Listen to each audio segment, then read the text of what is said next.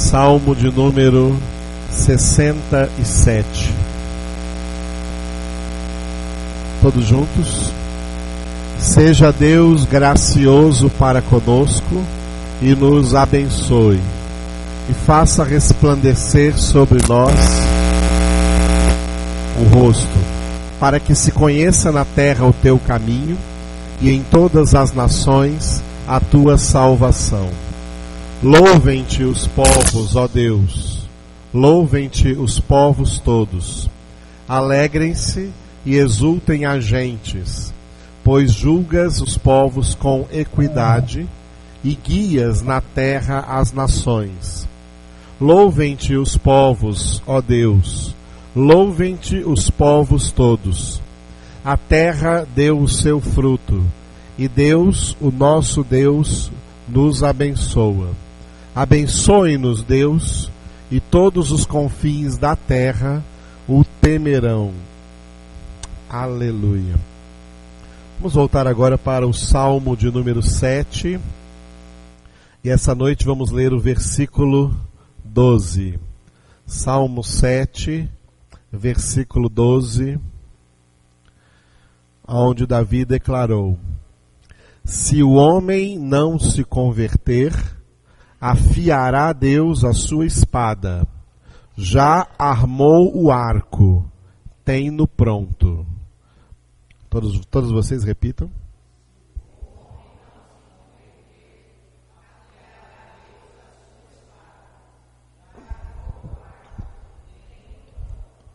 Aleluia. Glória a Deus. A espada afiada de Deus não é outra senão a sua palavra. Aleluia. A palavra de Deus é a espada de dois gumes.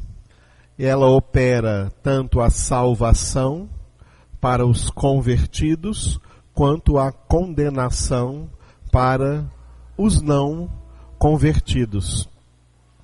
Deus é justo. Nós acabamos de ver no domingo passado, no versículo 11, que a primeira frase do versículo 11 aí é: Deus é justo juiz.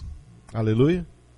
Por isso a palavra de Deus opera a sua justiça.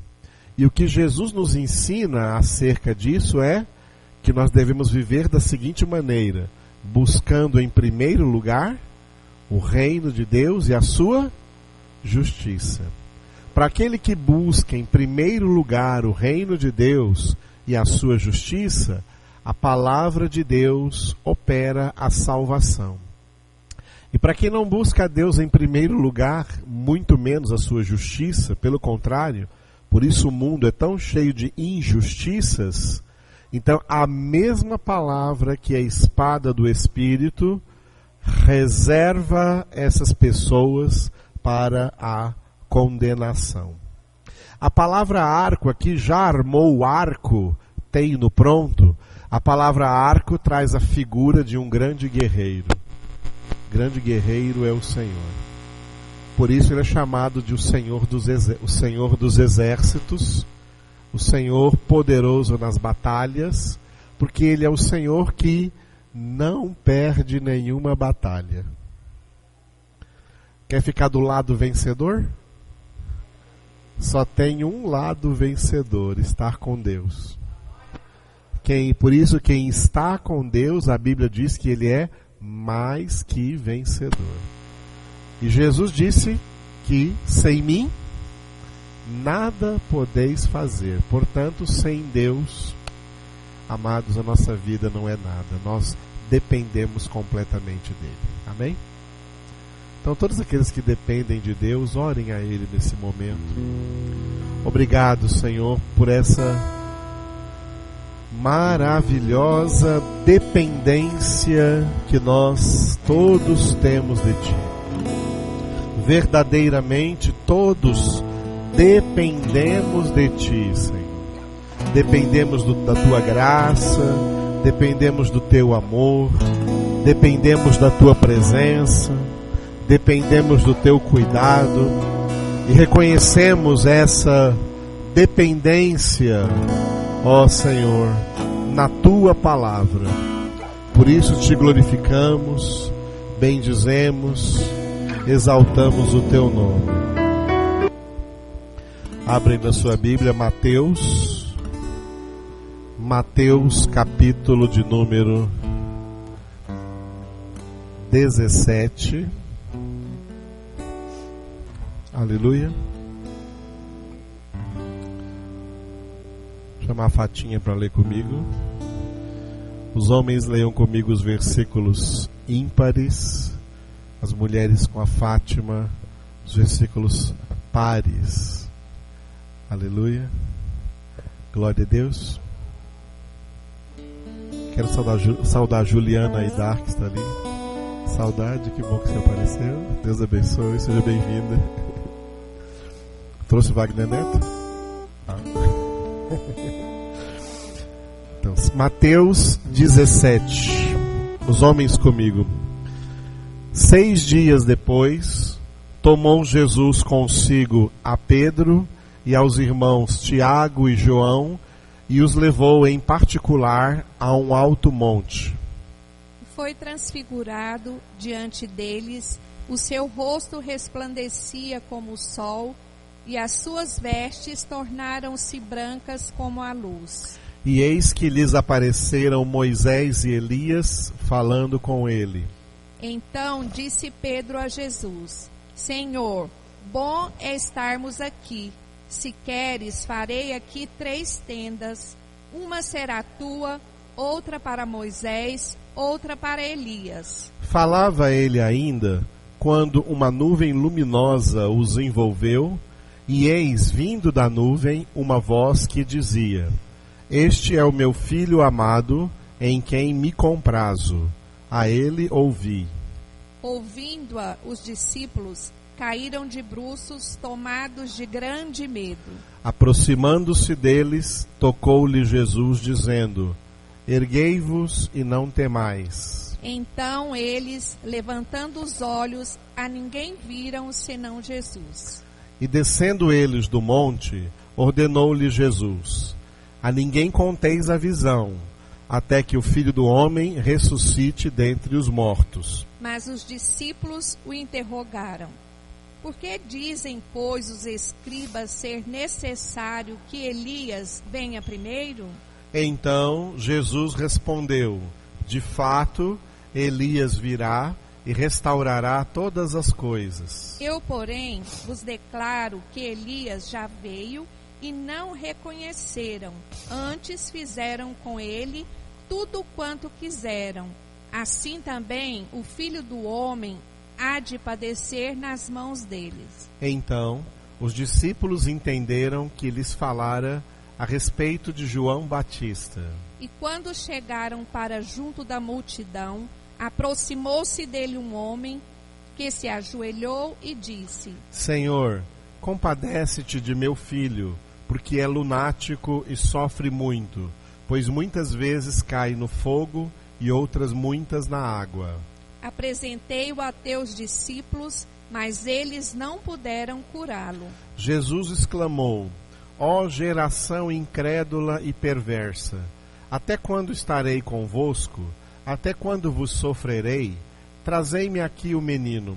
E Jesus repreendeu o demônio, e este saiu do menino, e desde aquela hora ficou o menino curado. Então os discípulos, aproximando-se de Jesus, perguntaram em particular: Por que motivo não podemos nós expulsá-lo? E ele lhes respondeu: Por causa da pequenez da vossa fé.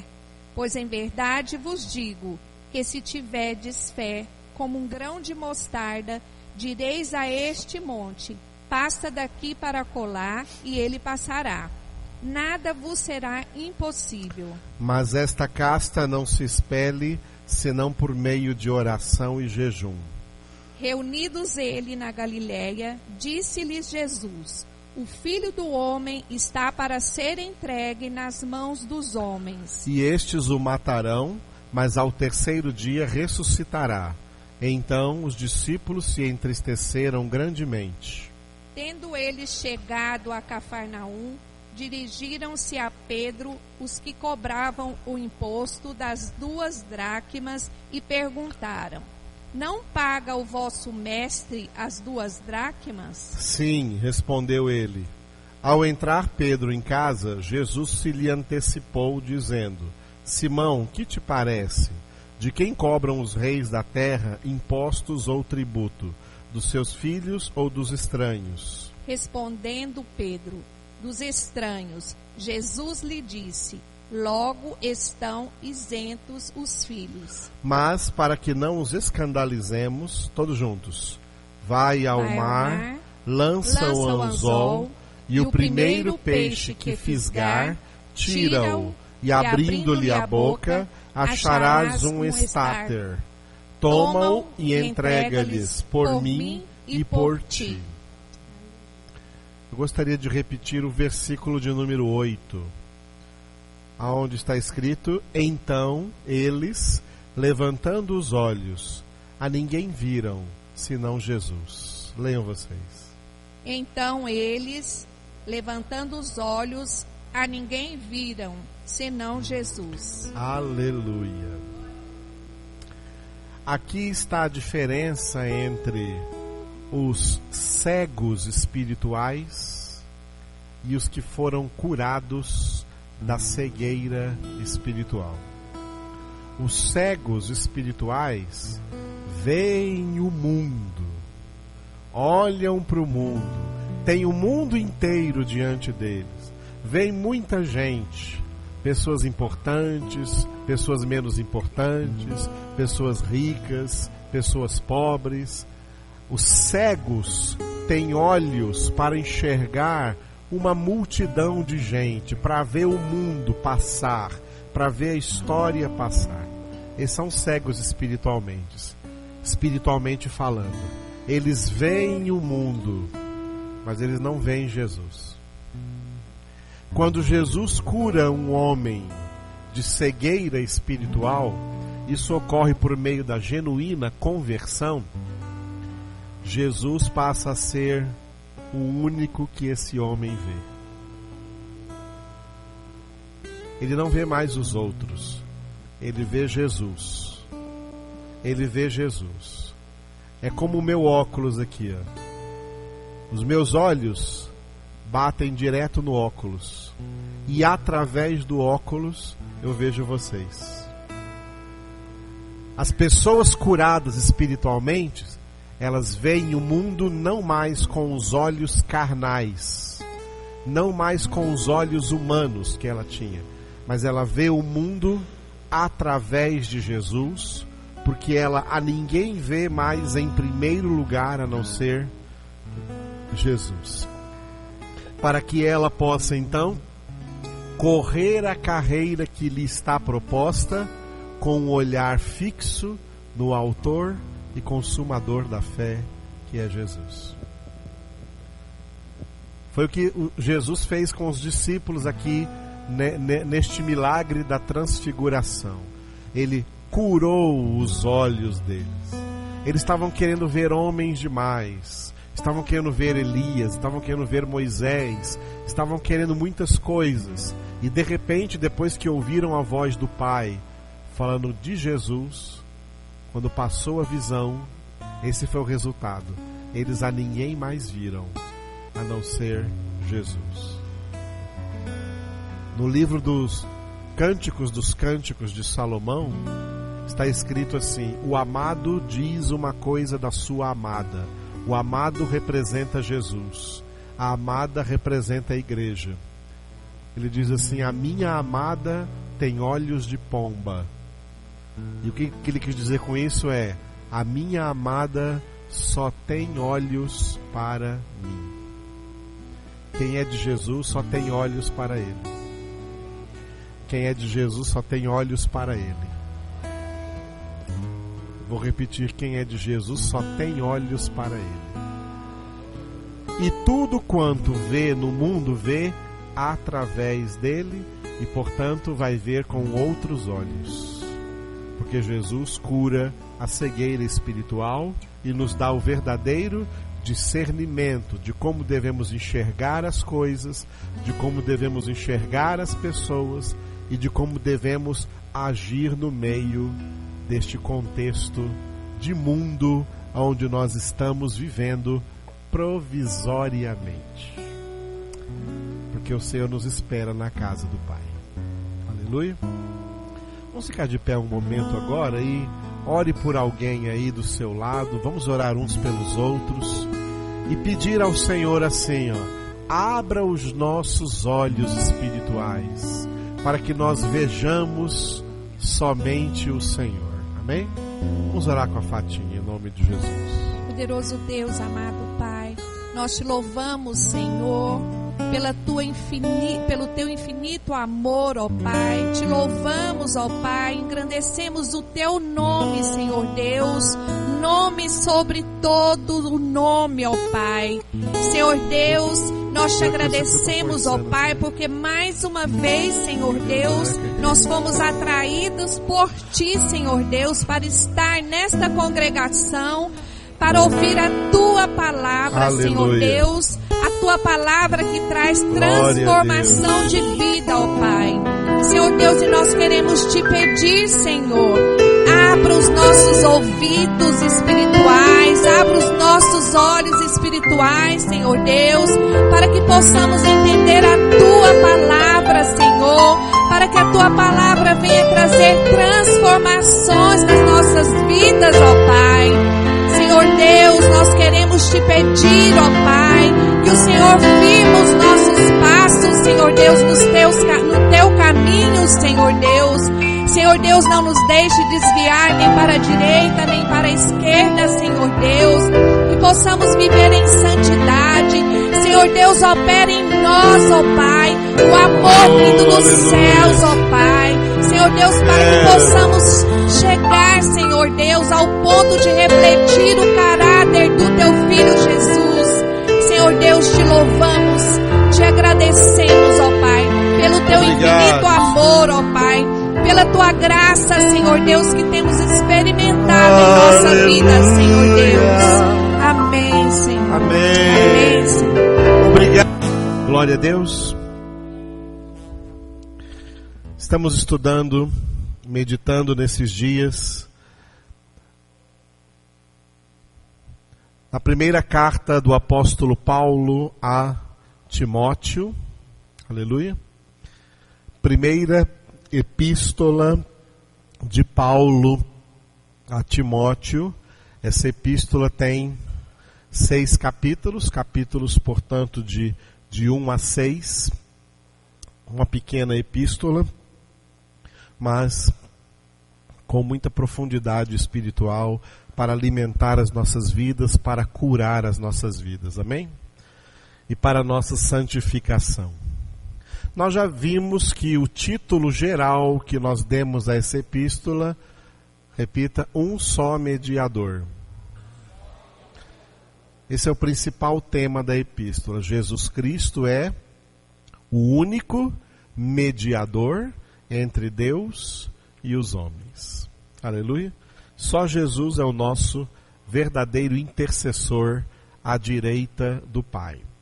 Nós vimos também que essa epístola está dividida da seguinte maneira. Ela tem uma introdução, um desenvolvimento e uma conclusão. Domingo à noite nós terminamos a introdução, né? Estamos na introdução desde o sábado à noite, domingo pela manhã e domingo à noite terminamos a introdução, os 2 primeiros versículos cujo título é Paulo a Timóteo. É claro que agora essa não é mais uma carta de Paulo a Timóteo, essa agora é uma carta de Jesus para nós. Aleluia. Paulo aqui agora é Jesus. E Timóteo agora aqui somos nós. Lembrando que o significado do nome de Timóteo é aquele que honra a Deus. Se você honra a Deus, então essa carta é para você. Aleluia. O desenvolvimento nós vamos entrar hoje. Vamos entrar hoje nesse desenvolvimento, que é a maior parte da carta. capítulo 1, versículo 3, até o capítulo 6, versículo 10, Timóteo em Éfeso.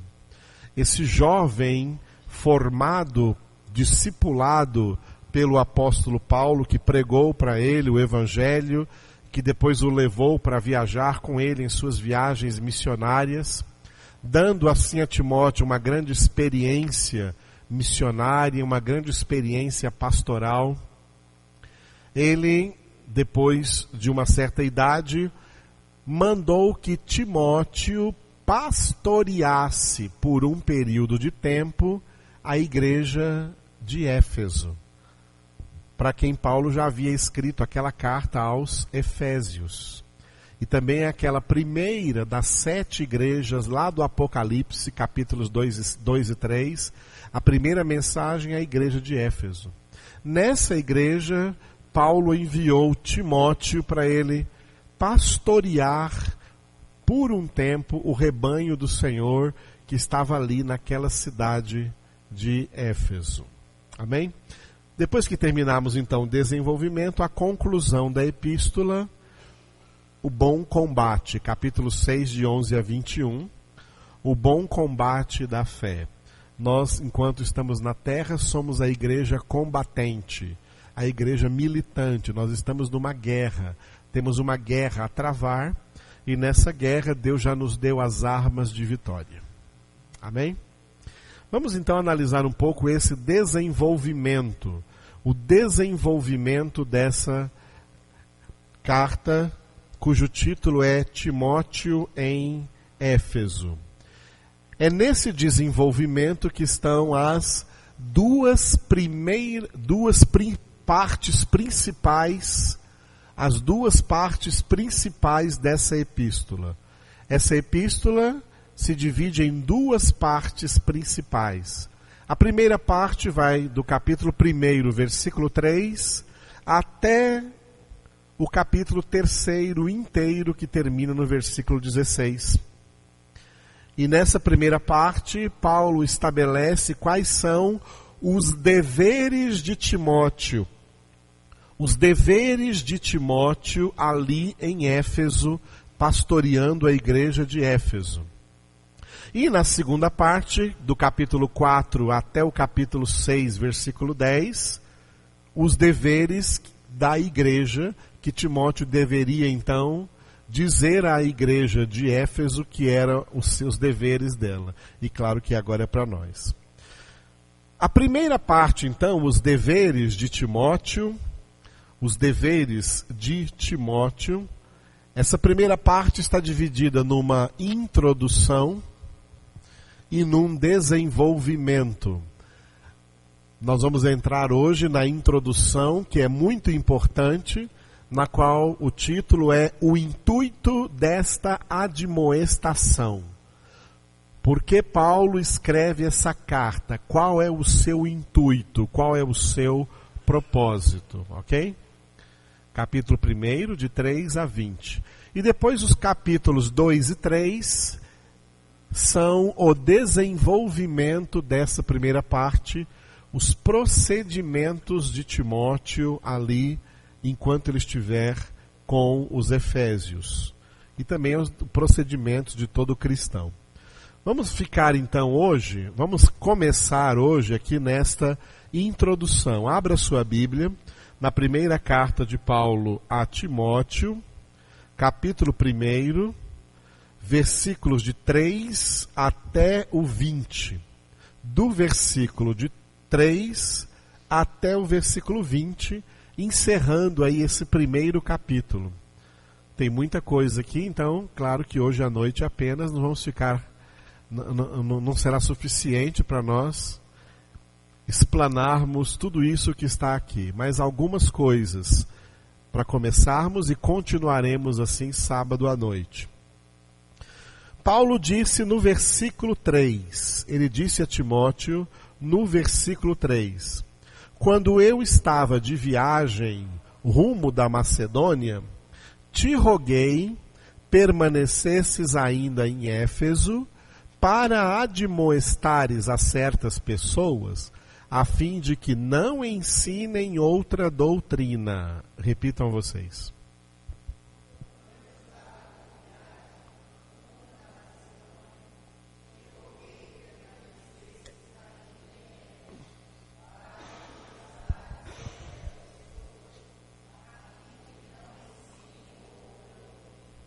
Muito bem. Paulo, então, mandou Timóteo para a cidade de Éfeso para fazer o quê? Admoestar, quer dizer, chamar atenção. Isso significa admoestar. Significa uma chamada de atenção. Chamar a atenção de pessoas e, geralmente, admoestação é chamar a atenção de pessoas que estão fazendo coisas erradas, coisas que não deveriam estar fazendo. Então, Paulo ordenou a Timóteo, vou te deixar em Éfeso, a primeira coisa que você vai fazer vai chamar a atenção a certas pessoas lá da igreja de Éfeso, a fim de que não ensinem outra doutrina. Repita só essa frase. Não ensinem outra doutrina. Amados, este versículo é muito importante, não só para entendermos o restante da epístola, mas para entendermos toda a Bíblia Sagrada, toda a palavra de Deus.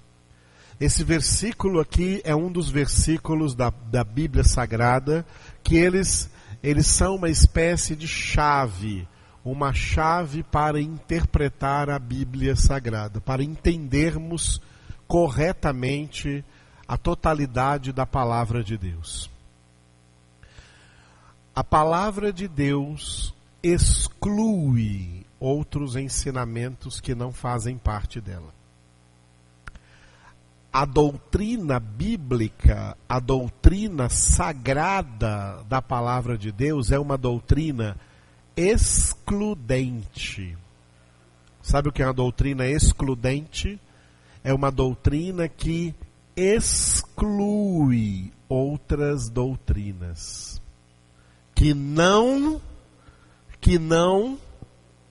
combinam com as doutrinas transmitidas por Deus na sua palavra. Deus abomina, seja lá qual for a doutrina que não é de acordo com a sua palavra. Toda doutrina que não está de acordo com a palavra de Deus, a própria palavra de Deus, na epístola de Paulo aos Gálatas, diz que seja anátema. Em Gálatas, Paulo disse, se alguém vier pregando um evangelho diferente desse que vocês têm ouvido, ou seja, uma doutrina diferente dessa que está escrito na palavra de Deus, seja anátema. A palavra anátema é uma palavra grega, que traduzida para o português significa maldito. Se algum pregador aparecer pregando outras doutrinas diferentes daquelas que nós encontramos na palavra de Deus, doutrinas que anulam a palavra de Deus, ou doutrinas que violentam a palavra de Deus, esses pregadores são malditos e a doutrina que eles ensinam são doutrinas malditas. Aí que está a diferença entre a bênção e a maldição. Tem um versículo no Antigo Testamento em que Deus fala isso assim, ó, eu coloco diante de você a bênção e a maldição. Sabe onde está a bênção? Está bem aí diante de você, ó. A palavra de Deus é a bênção para as nossas vidas. Por isso está escrito lá em Deuteronômio, que quem ouve essas palavras e as obedece, todas as bênçãos vêm sobre ele. Mas aqueles que ouvem essas palavras, mas não as obedecem, todas as maldições vêm sobre eles. O segredo de uma vida abençoada é a obediência. Não adianta querer fazer sacrifícios de tolos para ter uma vida abençoada. Não adianta querer ficar por aí buscando sacrifícios para alcançar alguma bênção de Deus, como se as bênçãos de Deus estivessem à venda e custa algum sacrifício da sua parte. Toda a bênção de Deus depende da obediência à sua palavra. Quem obedece à palavra de Deus é abençoado. Quem desobedece à palavra de Deus é amaldiçoado, é maldito. Bênção e maldição dependem da obediência ou da desobediência. Quem obedece à palavra de Deus é abençoado. Quem desobedece à palavra de Deus é amaldiçoado. Jesus disse a mesma coisa em Mateus capítulo 7, no final do sermão da montanha. Ele falou assim: aquele que ouve estas minhas palavras e as pratica, é um homem abençoado, porque ele é semelhante ao homem prudente que edificou a sua casa. Essa casa é a sua vida espiritual sobre a rocha. E virão as chuvas, e virão os ventos e as enchentes, e darão com ímpeto contra essa casa, mas ela não vai cair, porque está firme, edificada sobre a rocha. Jesus é a rocha, porque Jesus é o verbo de Deus, Jesus é a palavra de Deus. Quem ouve e pratica, praticar é a mesma coisa que obedecer, é abençoado. E Jesus disse: aquele que ouve essas minhas palavras, mas não as pratica, é amaldiçoado. A maldição está sobre essa vida. Porque é semelhante ao homem insensato que edificou a sua casa, sua vida espiritual, sobre a areia.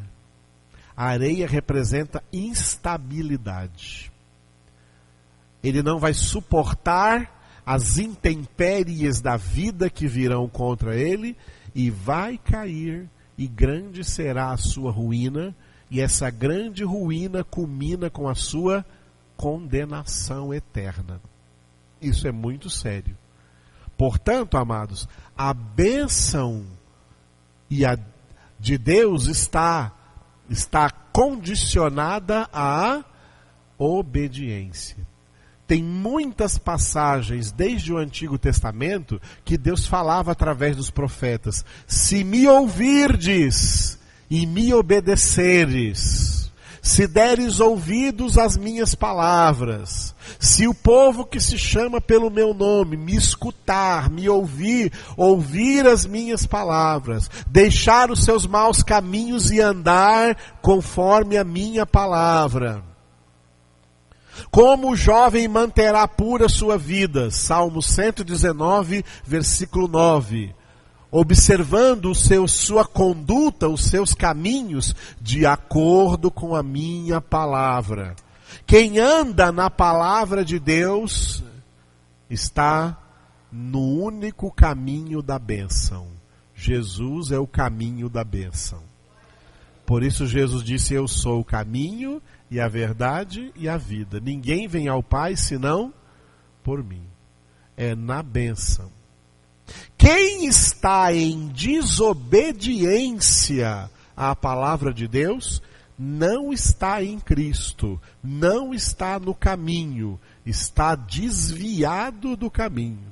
Entrou pela porta larga, está no caminho espaçoso do mundo aí, cujo fim é a perdição.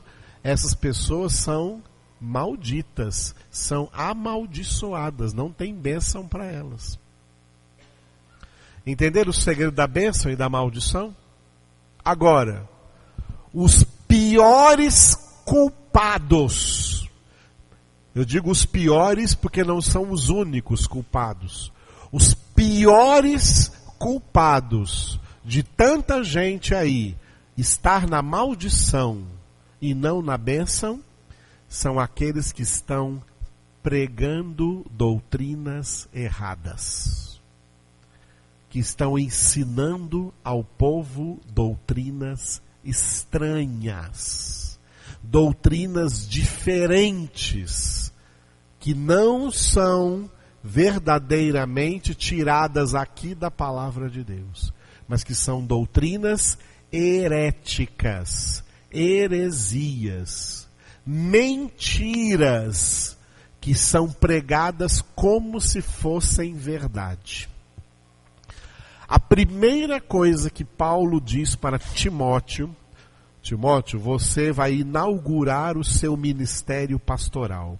A primeira coisa que você vai fazer ali naquela igreja onde você vai pastorear é chamar a atenção de certas pessoas que estão lá ensinando outras doutrinas e dizer para elas pararem. Paulo escreveu a Tito, aqui depois das epístolas de Timóteo, tem a epístola a Tito. E uma das ordens que ele falou a Tito, que é que se ele encontrar alguém pregando coisas erradas, é necessário fazê-los calar.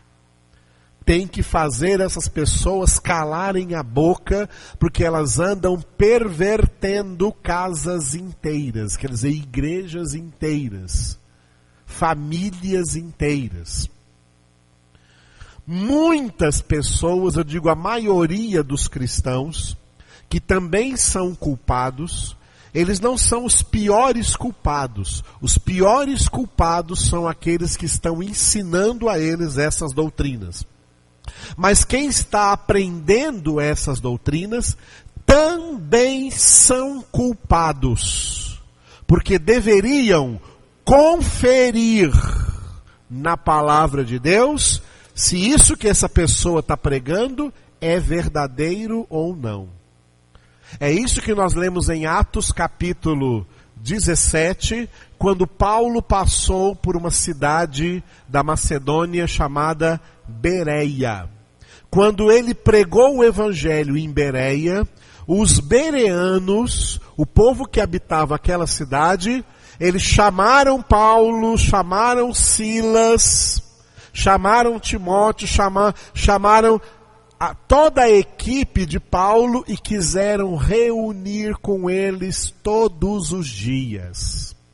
Enquanto Paulo permaneceu na cidade de Bereia, os bereanos quiseram reunião com Paulo todos os dias, para Paulo explicar aqui dentro da palavra de Deus, se as coisas que ele pregou é assim mesmo, de acordo com a palavra de Deus.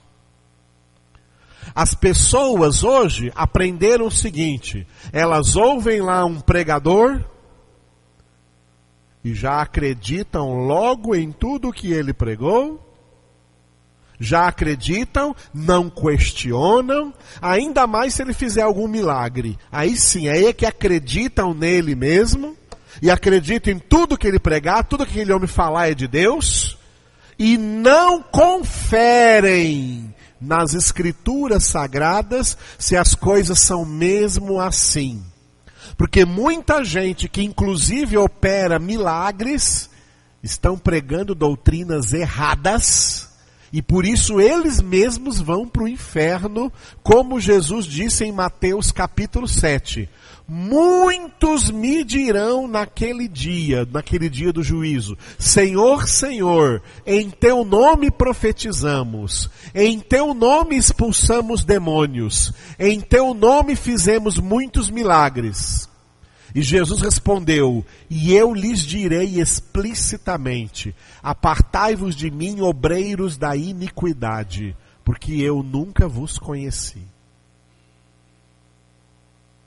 Ele está se referindo a quem? A pessoas que inclusive fizeram milagres em nome dele, mas que não ensinaram e não praticaram a sã doutrina da palavra de Deus. Não viveram conforme a palavra, não praticaram a palavra. E quem não pratica a palavra já é um praticante de iniquidade, já é um obreiro da iniquidade. Isso é muito sério, amados, e essa é a primeira coisa. Não é engraçado? A primeira coisa que Paulo fala para Timóteo fazer é: Timóteo, fala para eles todos que Deus os ama. Não foi a primeira coisa que Paulo mandou eles fazer, Timóteo fazer. Não. A primeira coisa que você tem que fazer é: corrija as pregações erradas, corrija os ensinamentos errados que estão sendo praticados ali dentro daquela igreja. Primeira coisa que você vai fazer é falar para eles pararem de ensinar outras doutrinas. Não ensinem outra doutrina, a não ser a doutrina que vocês estão recebendo, que é a palavra de Deus. Está vendo que isso é muito sério?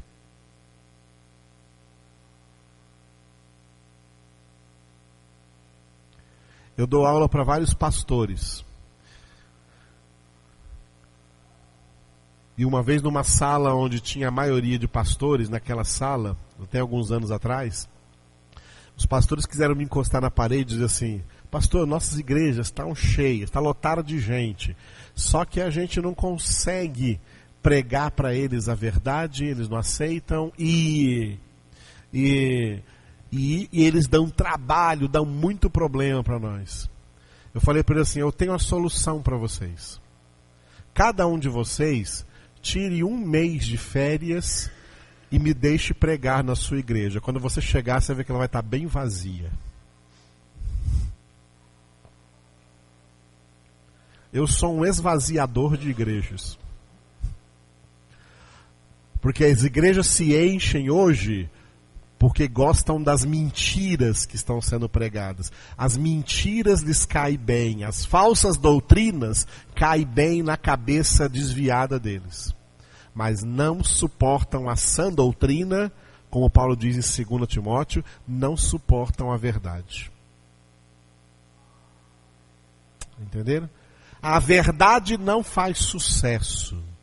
Por isso que os pastores mais ricos do mundo por aí, com megas igrejas, não estão pregando a verdade. Estão pregando aquilo que é agradável aos ouvidos das pessoas. Estão agradando aos homens. Paulo escreveu em Gálatas 1:10: se eu agradar os homens, eu não sou servo de Cristo. Amados, a palavra de Deus, a verdade sempre desagradou. Jesus foi morto porque pregou a verdade. Todos os seus apóstolos morreram martirizados por terem pregado a verdade. É histórico que quem pregou a verdade foi perseguido, foi rejeitado, foi maltratado e foi morto. O evangelho só começou a fazer sucesso, sabe quando? Quando ele foi mudado. Quando ele foi mudado.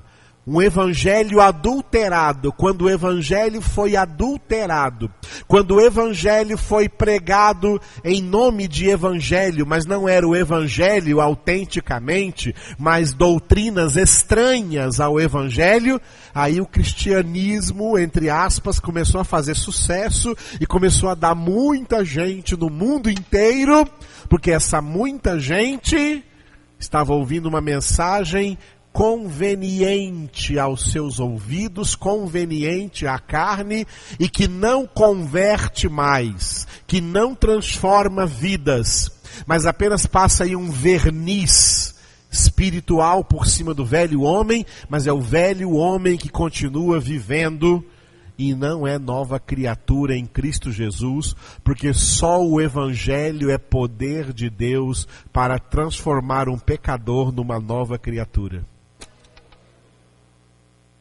Esse evangelho, a verdade, ela é insuportável no mundo. O mundo não suporta. Portanto, amados, uma igreja para fazer sucesso numericamente hoje não pode pregar o evangelho. Tem que pregar outras doutrinas que eles gostem.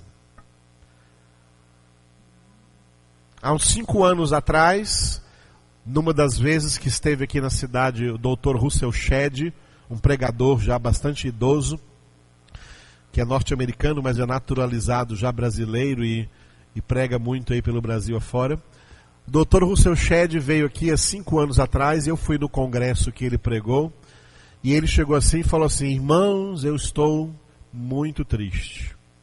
Eu passei agora pelo interior de São Paulo, por várias cidades ali do interior de São Paulo, pregando nas igrejas. Me convidaram para pregar nas igrejas.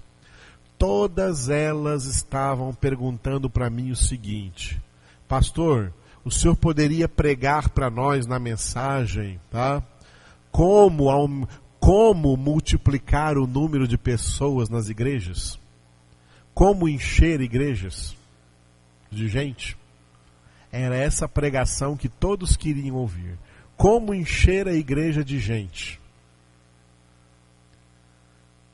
Em todas elas eu falei o seguinte: bom, eu acho que vocês convidaram a pessoa errada para pregar para vocês. Mas já que vocês me convidaram, eu vou ensinar vocês. Vocês querem encher as igrejas de gente? Querem muita gente aqui? Então, façam isso aqui, Fechem a Bíblia e traga outras coisas que eles gostem mais. Traga coisas que eles gostem. Traga mensagens que eles gostem de ouvir. Aí vocês vão encher as igrejas de gente. As igrejas estarão cheias de gente. E todas vão para o inferno com toda essa gente. Porque para ir para o céu só tem um caminho, uma verdade e uma vida.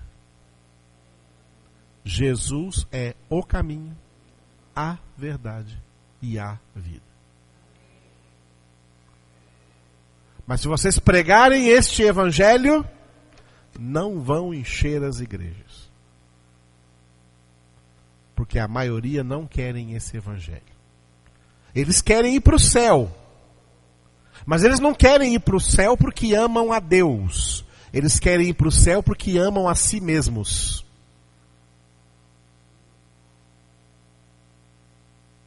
Os que vão para o céu são os que amam a Deus. Como está escrito, nem olhos viram, nem ouvidos ouviram, nem o coração humano imaginou o que Deus tem preparado para aqueles que o amam. E quem ama a Deus, ama a palavra de Deus. Porque a palavra de Deus é o Filho de Deus. É Jesus Cristo. É a verdade de Deus. Quem anda conforme a verdade. É para esses que a casa do Pai existe. E está esperando. Então, primeira coisa que Paulo diz a Timóteo para fazer é: admoesta certas pessoas. Aqui, não ensinem outra doutrina. Doutrinas estranhas à palavra de Deus. Por isso que eu ministrei para vocês aqui, todo o segundo semestre do ano passado, todos os sábados de agosto, desde o primeiro sábado de agosto até o último sábado de dezembro, é por isso que eu ensinei para vocês aqui o método de estudo bíblico indutivo. Como você deve estudar a Bíblia para entender bem a palavra de Deus. Porque não basta ler a Bíblia, tem que entendê-la. Tem que interpretar corretamente. Não adianta dizer que está pregando a palavra de Deus, que estão por aí dizendo que estão pregando a palavra de Deus, mas essas pregações se baseiam em interpretações erradas. Porque uma interpretação, a interpretação correta, leva para o céu. E as interpretações erradas desviam do caminho do céu. Por isso, é muito sério o que nós estamos vivendo aqui. Ainda essa semana, hoje é quarta, acho que foi segunda-feira. Segunda-feira, durante a minha caminhada, enquanto eu caminho por aí fazendo exercício, eu fico orando e falando com o Senhor. E o Espírito de Deus me lembrou durante toda a minha caminhada daquilo que o Senhor me mostrou do ano de 1999 para o ano 2000. Nosso ministério aqui ainda não existia. Nosso ministério começou no ano 2002. Eu estava em outra igreja. E eu estava orando durante a noite e o Espírito de Deus me deu uma visão do que ia acontecer do ano 2000 para frente. Ele mostrou que uma multidão de pessoas representando a igreja chegaram numa bifurcação. Sabe o que é uma bifurcação? Quando chega assim, você está num caminho e de repente aquele caminho acaba e aparece dois outros caminhos. Chegou numa bifurcação. A igreja chegou numa bifurcação. E naquela bifurcação, Jesus estava em pé. Jesus estava em pé naquela bifurcação. Eu vi Jesus em pé naquela bifurcação. E uma multidão de gente vinha.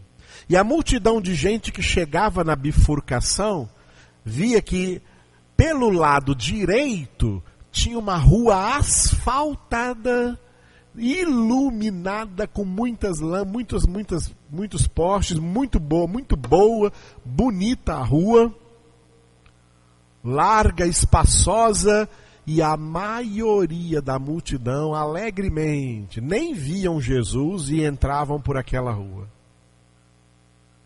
E o outro lado tinha uma rua que era metade daquela, era mais estreita, não era asfaltada, era de chão batido. Tinha alguns pequenos postes iluminando. E eu vi até então duas pessoas que entraram por ela. Uma ia mais na frente, outra ia um pouco mais atrás. A multidão entrava pelo lado direito e a outra, poucas pessoas pelo lado esquerdo.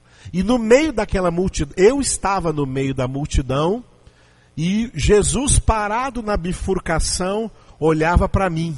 Através de toda a multidão, os olhos dele chegavam em mim. E quando eu cheguei na frente dele, ele falou assim, ó, o céu é por ali, ó, pelo lado esquerdo. O céu é pelo lado esquerdo. A maioria está indo para o lado direito, tá achando que é o céu, porque está tudo bonitinho ali, aquela rodovia ali. Mas quem é para o céu é por aqui.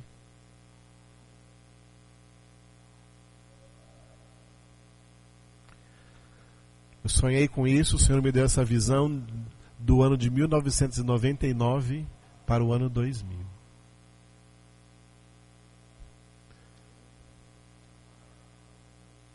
A entrada desse terceiro milênio, as igrejas se tornaram lugares de muita heresia. É um desvio. Foram todos para um caminho espaçoso, porque esse caminho espaçoso é onde a maioria está indo, e a maioria vai atrás da maioria.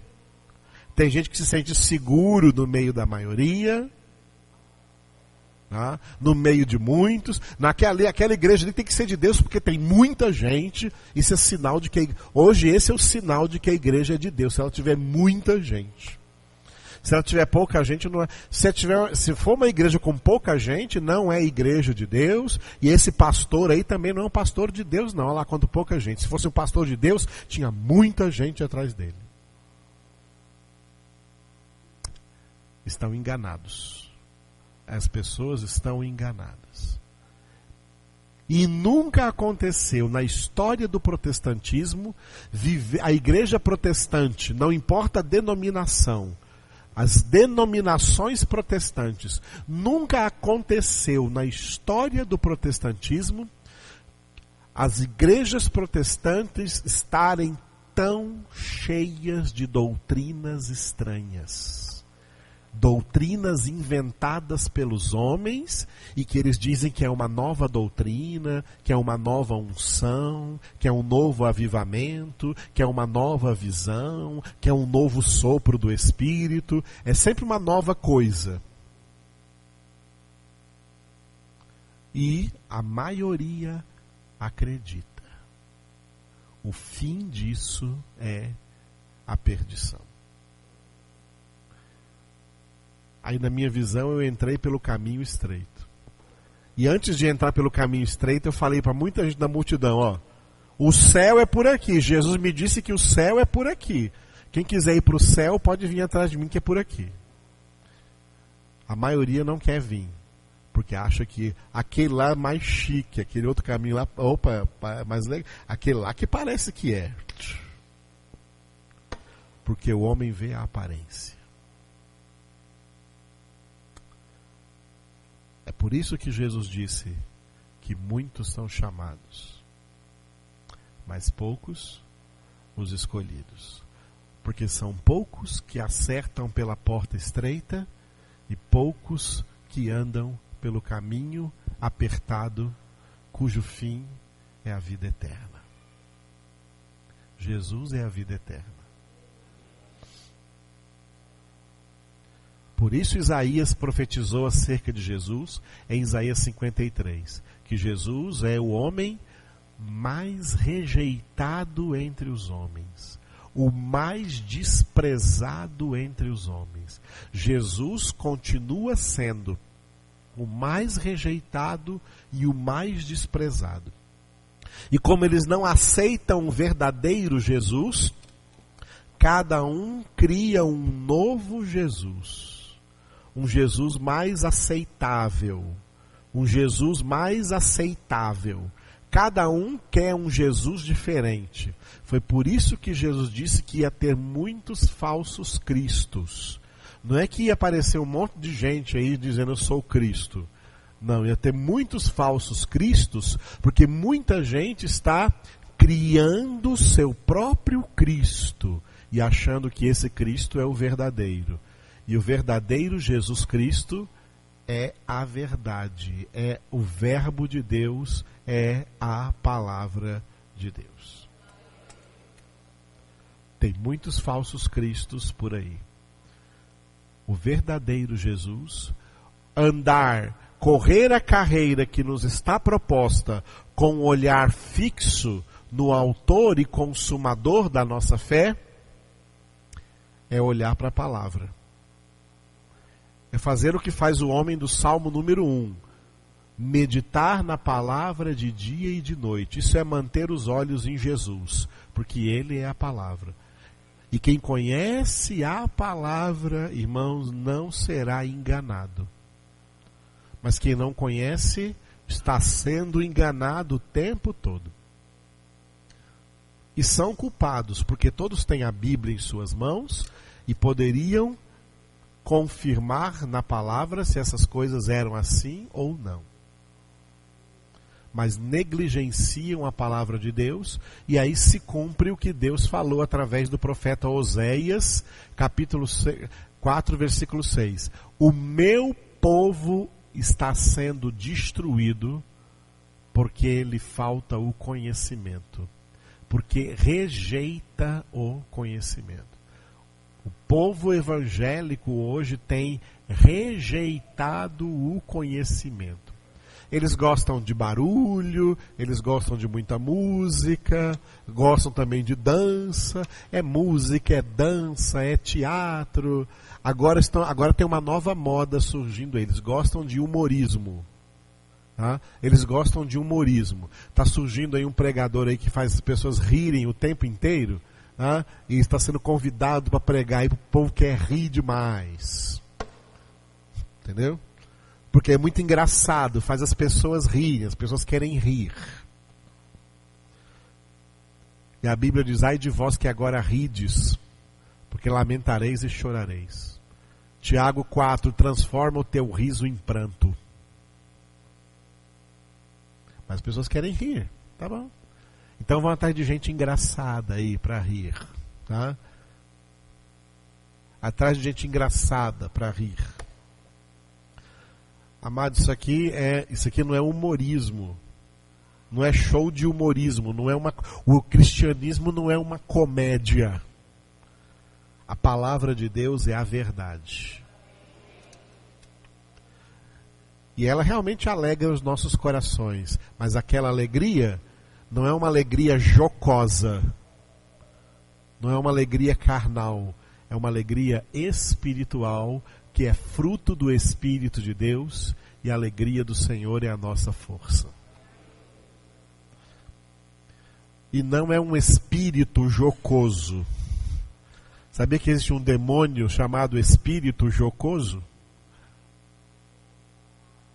Para fazer todo mundo rir? Não, a alegria do Senhor é diferente. Não é uma alegria fugaz, que vem de fora, mas é uma alegria verdadeira, que brota de dentro de quem verdadeiramente pertence ao Senhor, e manifesta-se do lado de fora, alegrando-se todos os dias no Senhor. Alegrai-vos sempre no Senhor, diz a palavra de Deus. Glória a Deus. Então o que Paulo diz a Timóteo? Vamos passar do versículo 3 para o versículo 4 agora. Já deu para entender bem claro logo de cara o que ele diz, né? No versículo 3, né? Eu te roguei permanecesses ainda em Éfeso para admoestares a certas pessoas, a fim de que não ensinem outra doutrina. E aí tem uma vírgula, então continua no 4. Nem se ocupem com fábulas e genealogias sem fim, que antes promovem discussões do que o serviço de Deus na fé. Ok? Não se ocupem o quê? Daqui a pouco eu explico o que é fábulas e genealogias sem fim. Não se ocupem com doutrinas, que aqui ele coloca o nome de fábulas e genealogias sem fim, com doutrinas que, ao invés de promover a edificação da igreja, promovem o quê? Discussões. Discussões. A palavra de Deus não foi revelada para nós para ser objeto de discussão. Às vezes por aí tem programas aí de televisão ou na internet, não sei o quê, que chama lá pastores que têm uma ideia de uma coisa, outro que tem uma ideia de outra coisa, e coloca eles lá para discutir, para ficar discutindo alguns temas polêmicos. Isso é errado. Jesus jamais participaria de um programa desses. Os apóstolos jamais participariam de um programa desses. A palavra de Deus não foi revelada para ser discutida. A verdade de Deus é indiscutível. A palavra de Deus é indiscutível. Jesus não disse assim, ó, quem ouvir essa palavra e a discutir. Ele falou, quem ouvir essa palavra e a praticar. Quem ouvir e praticar. Não está escrito assim, a fé vem pela discussão.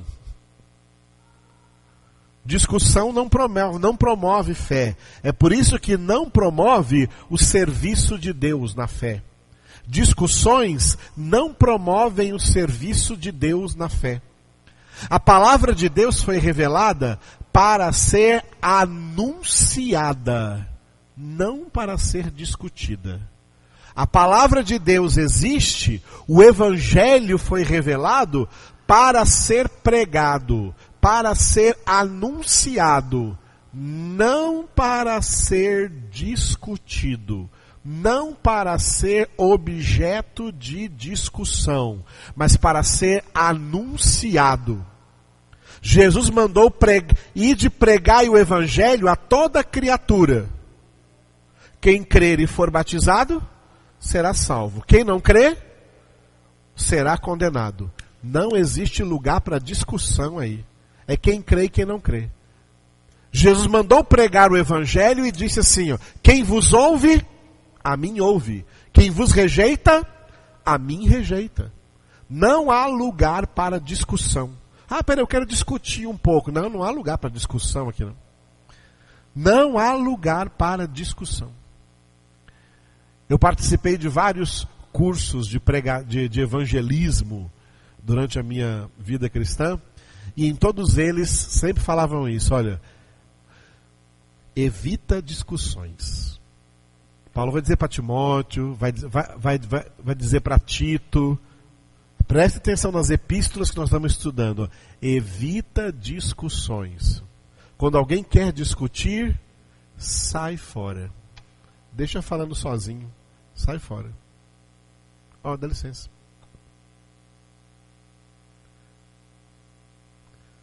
E para muita gente eu falei, não, eu não vim discutir, eu vim pregar. Se você ouvir é de Deus, se você não ouvir não é de Deus e está acabado, eu não vou discutir nada. A palavra de Deus não é objeto de discussão, mas de proclamação, de anúncio.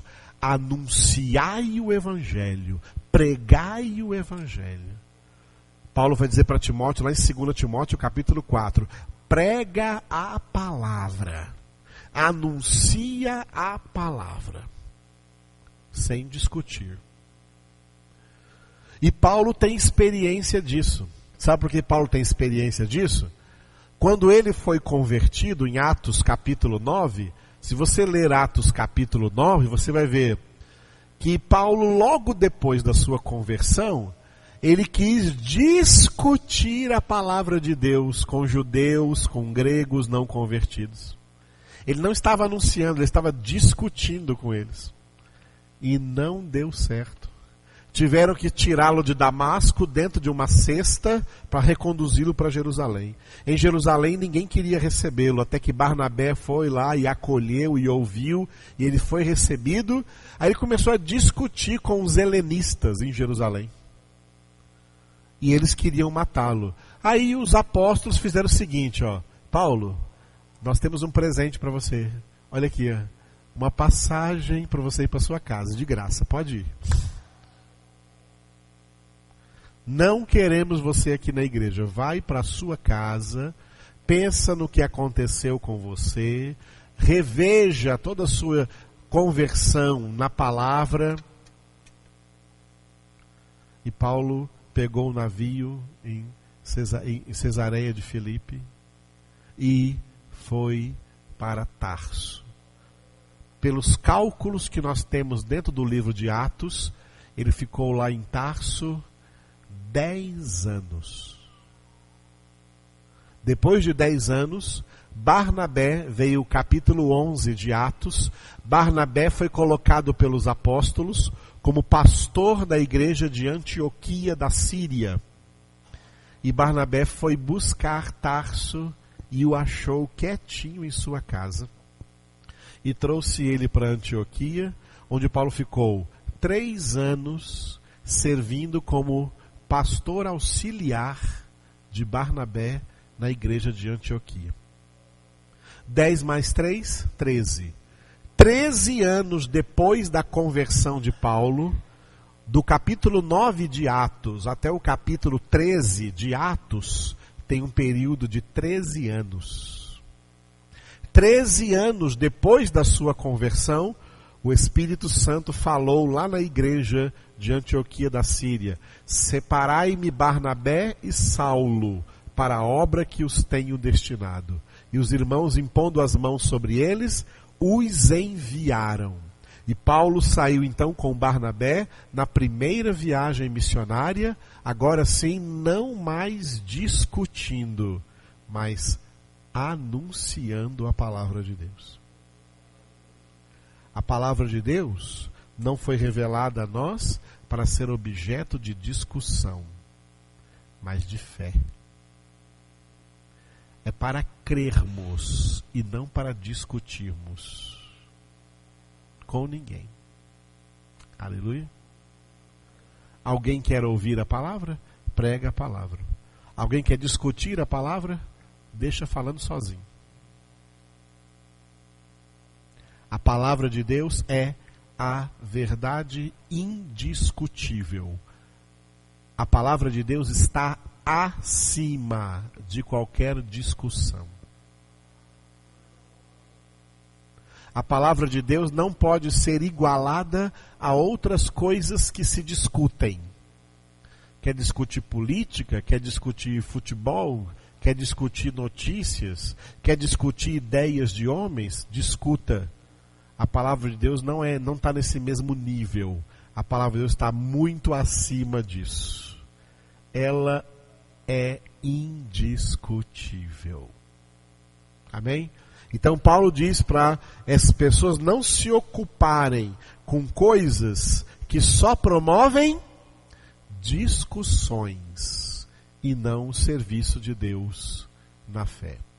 Aí nós vamos ver sábado o que significam essas fábulas e genealogias aí que só promovem discussões e não o serviço de Deus na fé. Aleluia. Aleluia. Feche os seus olhos. Jesus está aqui. Ele é o Verbo de Deus. Ele é a Palavra de Deus em pessoa. Jesus está vivo. Respire fundo. Coloque toda a sua vida nas mãos do Senhor. Ele conhece você.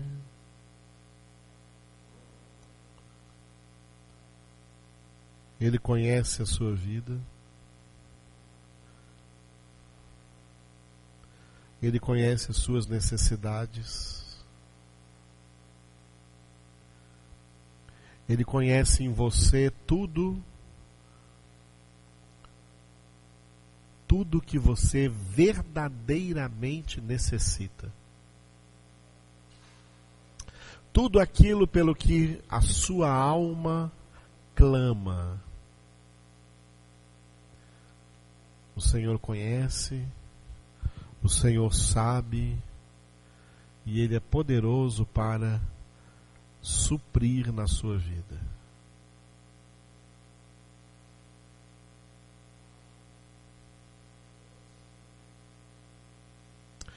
E é por isso que nós oramos a Ti agora, Jesus. Senhor, esse lugar, essas portas aqui, humildemente foram abertas para que aqui somente a Tua palavra seja pregada. Somente a Tua verdade seja anunciada.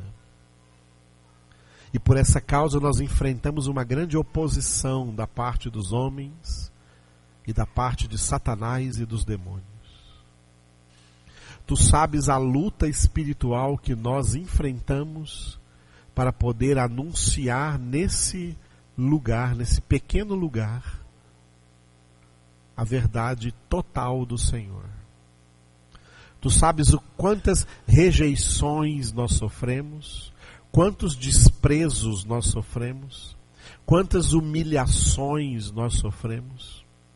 Quantos empecilhos o diabo tenta lançar para tentar nos afastar dessa verdade, para não nos deixar ouvir essa verdade. Tantas coisas acontecem, Senhor, para tentar nos tirar a atenção da Tua palavra, para pensarmos outras coisas, para atentarmos para outras coisas. Mas nós queremos ser perseverantes, Senhor. Queremos ser perseverantes na fé.